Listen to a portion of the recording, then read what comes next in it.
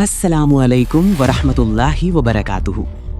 क्या आपने कभी रात की उस खामोशी को महसूस किया है जब पूरी दुनिया सो रही होती है लेकिन कुछ लोग अपने रब के सामने खड़े होकर आंसू बहा रहे होते हैं? वो लोग जो दुनिया से नहीं सिर्फ अल्लाह से उम्मीद रखते हैं। इसी खास इबादत का नाम है तहज्जुद। तहज्जुद सिर्फ एक नमाज नहीं बल्कि अल्लाह से दिल की बात करने का सबसे खूबसूरत वक्त है। जब रात का अंधेरा गहरा हो जाता है और हर तरफ सन्नाटा होता है, तब अल्लाह अपनी बंदों को पुकारता है।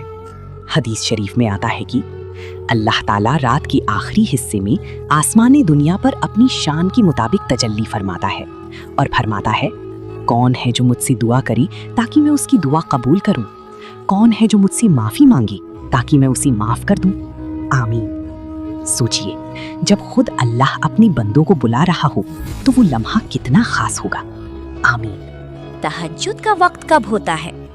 ईशा की नमाज के बाद सोकर उठने के बाद जो नमाज पढ़ी जाती है उसे तहज्जुद कहते हैं। इसका सबसे बेहतर वक्त रात का आखिरी हिस्सा माना जाता है, यानी फज्र से कुछ देर पहले का समय, जब हर तरफ खामोशी होती है और बंदा सिर्फ अपने रब से बात करता है। वाव! तहज्जुद पढ़ने का तरीका। सबसे पहले दिल में नियत करें कि मैं सिर्फ अल्लाह की रज़ा के लिए तहज्जुद पढ़ रहा हूँ। फिर आराम और सुकून के साथ वुज़ू करें।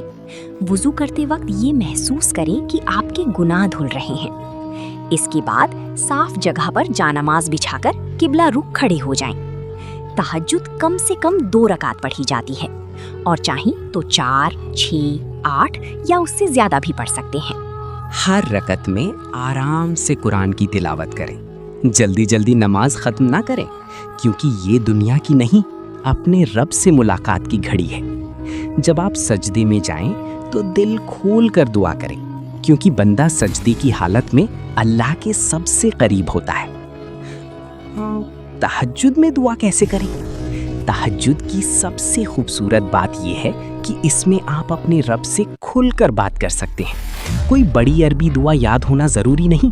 अगर आपका दिल टूटा हुआ है तो अपने आंसुओं के साथ अल्लाह से बात कीजिए। अगर आप परेशान हैं तो अल्लाह को अपनी तकलीफ बताइए। अगर आप गुनाहों से परेशान हैं तो सच्ची दिल से तौबा कीजिए। दुआ शुरू करने का तरीका। दुआ शुरू करने से पहले अल्लाह की हम्द बयान करें। फिर प्यारे नबी मोहम्मद सल्लल्लाहु अलैहि वसल्लम पर दुरूद शरीफ भेजें। इसके बाद अदब से हाथ उठाकर दुआ करें, जैसे, ऐ अल्लाह, तू सबसे बड़ा रहम करने वाला है, मेरे गुनाहों को माफ फरमा। ऐ अल्लाह, मेरे दिल को सुकून दे, मेरी परेशानियों को आसान कर दे। ऐ अल्लाह, मुझे नमाज का पाबंद बना दे और मुझे अपने करीब कर ले। ऐ अल्लाह, मेरे माँ बाप पर रहम फरमा, उनकी जिंदगी में बरकत दे। ऐ अल्लाह, पूरी उम्मत मुस्लिमा की हिफाजत फरमा। अगर दुआ करते वक्त आंसू आ जाए तो उन्हें रोकिए मत, क्योंकि अल्लाह को अपने बंदे के आंसू बहुत पसंद है। तहज्जुद की बरकतें। तहज्जुद इंसान की जिंदगी बदल सकती है। कितने लोग थे जो परेशान थे, लेकिन तहज्जुद ने उनके दिल को सुकून दे दिया। कितने लोग थे जो गुनाहों में डूबे थे, लेकिन तहज्जुद ने उन्हें अल्लाह के करीब कर दिया। कितने लोग थे जिनकी दुआएं कबूल नहीं हो रही थी, फिर उन्होंने रातों को उठकर अल्लाह से मांगा और अल्लाह ने उनकी जिंदगी बदल दी। चांद तारे। याद रखिए, तहज्जुद सिर्फ नेक लोगों के लिए नहीं है, बल्कि गुनाहगार इंसानों के लिए भी अल्लाह का एक खूबसूरत तोहफा है। अगर आपको लगता है कि आपने बहुत गुनाह किए हैं तो मायूस मत होइए, अल्लाह की रहमत बहुत बड़ी है।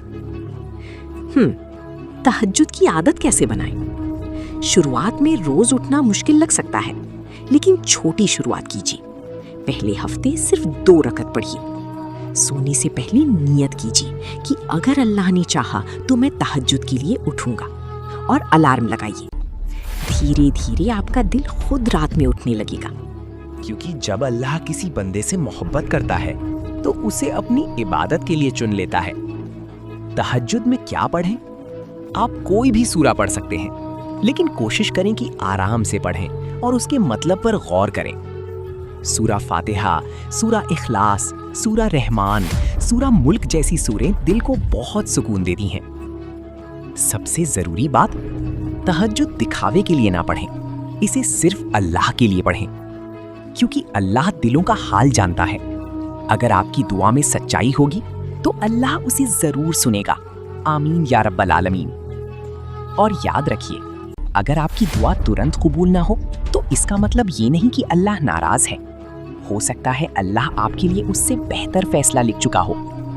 इसलिए हर हाल में अपने रब पर भरोसा रखिए। आखिर में दुआ, ए अल्लाह, हमें तहज्जुद पढ़ने की तौफीक अता फरमा। हमारी दिलों को अपनी मोहब्बत से भर दे। हमारी गुनाहों को माफ फरमा। हमारी दुआओं को कबूल फरमा। हमें दुनिया और आखिरत में कामयाबी अता फरमा। आमीन या रब्बल आलमीन। और ए अल्लाह, जो भी ये बयान सुन रहा है उसकी हर जायज़ दुआ को कबूल फरमा। आमीन या रब्बल आलमीन।